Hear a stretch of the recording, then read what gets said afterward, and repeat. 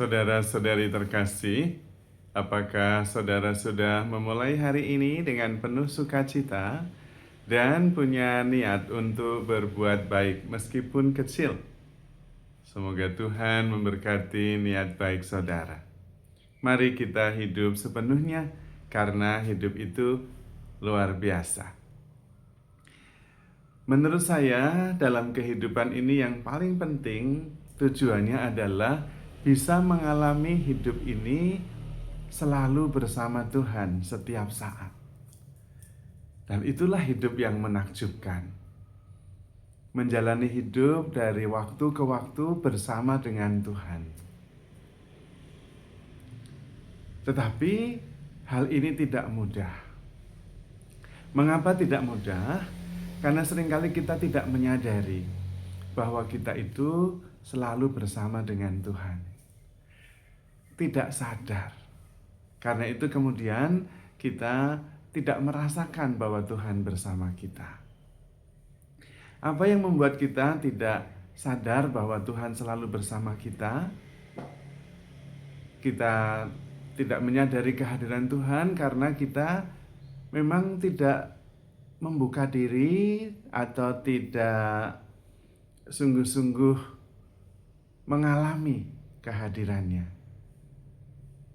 Nah, biasanya kenapa kita tidak terbuka dan kita kemudian tidak mengalami Tuhan yang hadir? Itu karena kita kepalanya penuh dengan yang bukan Tuhan.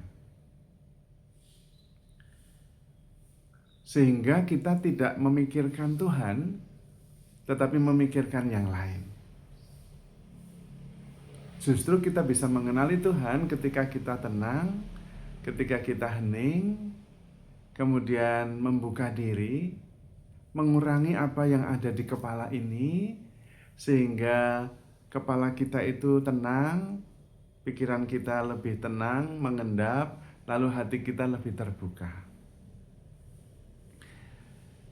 Salah satu caranya adalah hidup berpusat pada hati, bukan berpusat pada kepala. Karena kepala atau pikiran itu isinya adalah berjaga-jaga untuk bisa selamat atau survive. Dan karena itu isinya adalah baik atau buruk, melawan atau lari, menyelamatkan diri. Nah, itu tidak bisa menemukan Tuhan di situ. Karena sibuk untuk menyelamatkan diri. Kita lagi mikir selamat atau tidak, boro-boro mikirin Tuhan gitu. Yang penting selamat dulu gitu. Itu yang sering kali terjadi.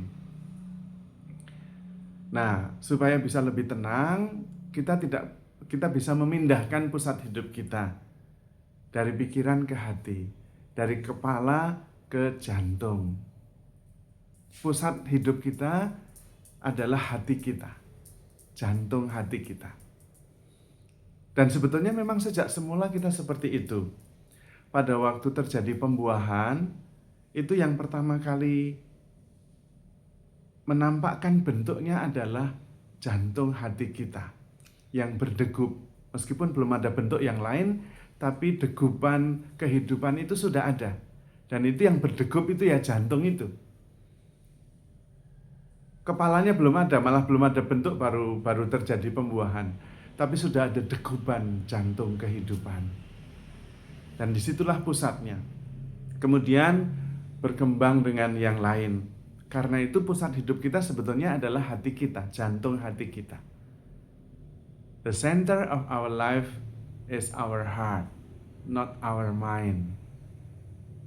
Kalau menarik nafas juga menarik nafas langsung ke paru-paru, bukan ke kepala. Dari paru-paru baru dipompa ke seluruh bagian tubuh. Darah juga dipompa dari paru-paru, dari jantung ke seluruh tubuh sampai ke otak. Maka latihannya sederhana. Menarik nafas dan langsung menuju ke paru-paru dan kemudian disebarkan ke seluruh tubuh kita termasuk ke otak. Semakin dalam pernafasan kita, otak kita semakin mengerti bahwa kita dalam keadaan baik-baik saja. Lalu kita menjadi lebih tenang, lebih calm. Dan kemudian kita bisa memberitahu dan memberi sinyal kepada otak kita bahwa saya baik-baik saja karena saya beristirahat di dalam Tuhan. Nah, pada waktu seperti itulah kita bisa menyadari bahwa kita hidup di dalam Tuhan. Karena nafas yang kita hirup adalah nafas Tuhan, bukan nafas kita. Kita nggak bisa mengatur nafas kita. Mau bernafas atau tidak bernafas kita nggak bisa. Kita bernafas terus. Karena memang nafas bukan milik kita, itu milik Tuhan. Karena itu ketika kita menghirup nafas, kita kemudian sadar bahwa itu Tuhan yang masuk ke dalam diri kita. Melalui nafas yang memang berasal dari Tuhan. Pada waktu Tuhan menciptakan kita, Tuhan menciptakan kita dari debu tanah dan kemudian menghembuskan nafasnya, nafas Tuhan, sehingga manusia itu menjadi makhluk yang hidup. Itu yang dikatakan dalam kitab Kejadian. Karena itu, mengalami Tuhan yang hadir dalam hidup kita, itu sederhana menyadari nafas yang masuk ke dalam diri kita, dan nafas itu berasal dari Tuhan. Nafas itu adalah Tuhan sendiri yang mewujud di dalam nafas, dan kemudian memberi kita hidup. Nafas juga adalah wujud dari Sang Hidup.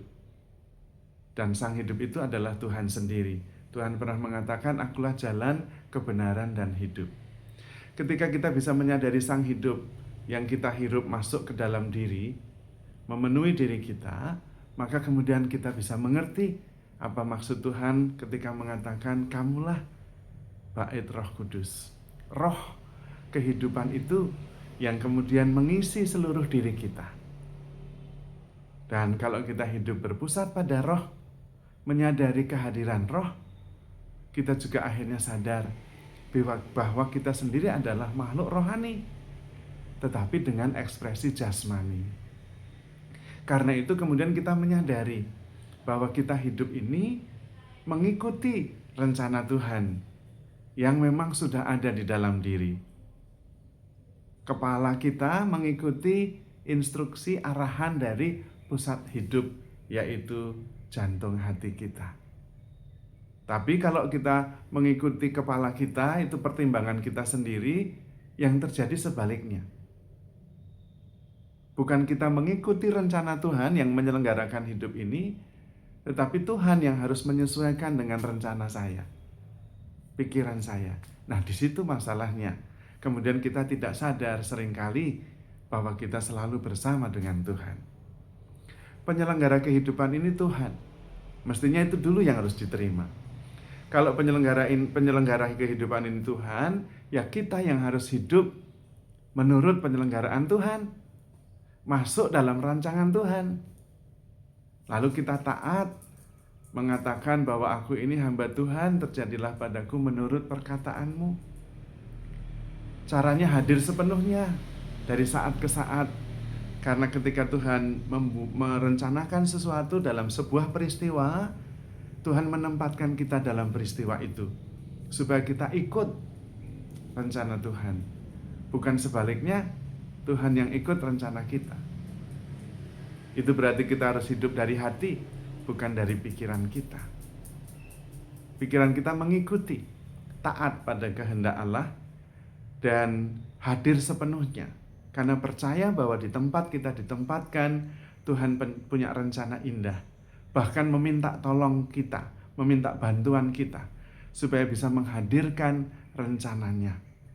Kita adalah the missing piece yang ditempatkan Tuhan di dalam sebuah peristiwa, supaya peristiwa itu bisa menghadirkan rencana Tuhan yang indah. Nah, itulah hidup menurut kehendak Tuhan. Dan di situ kita menemukan kedamaian, sukacita, kekuatan, dan kepenuhan. Tetapi kalau kita hidup berpusat pada pikiran, bukan hati, kita berada di satu tempat itu karena saya yang merencanakan, saya yang mengatur. Karena itu semuanya harus sesuai seperti yang saya pikirkan. Nah, seringkali itu tidak terjadi. Karena penyelenggara kehidupan ini Tuhan, bukan saya. Kalau saya ditempatkan di satu tempat, itu karena Tuhan mempunyai rencana indah. Bukan bahwa peristiwa itu harus menurut terjadi sesuai yang saya mau, tetapi saya ada di situ justru dengan ketaatan terjadilah padaku menurut kehendak-Mu. Dengan cara seperti itu kemudian dari waktu ke waktu kita dapat menyadari kehadiran Tuhan dalam setiap peristiwa yang kita jalani. Karena kita ada di satu tempat, karena Tuhan menempatkan kita di situ. Dan karena itu kita harus hadir sepenuhnya, terbuka sepenuhnya dan menyadari bahwa Tuhan ada di situ bersama dengan kita, bahkan kita menjadi sarana, instrumen untuk mewujudkan rencana Tuhan yang indah, yaitu kasih yang menyelamatkan, kasih yang membawa damai. Dan pada waktu itu kita sungguh-sungguh bisa merasakan kehadiran Tuhan yang begitu dekat, bahkan lewat kehadiran kita sendiri. Bahkan tidak ada lagi keterpisahan, yang ada adalah kehadiran Tuhan di dalam diri kita dan di dalam kesatuan peristiwa yang sedang terjadi. Sehingga aku hidup, tetapi bukan aku lagi yang hidup, melainkan Kristus yang hidup di dalam diriku. Maka saudara-saudari terkasih, handle yourself with care, because you are loved. Tuhan memberkati.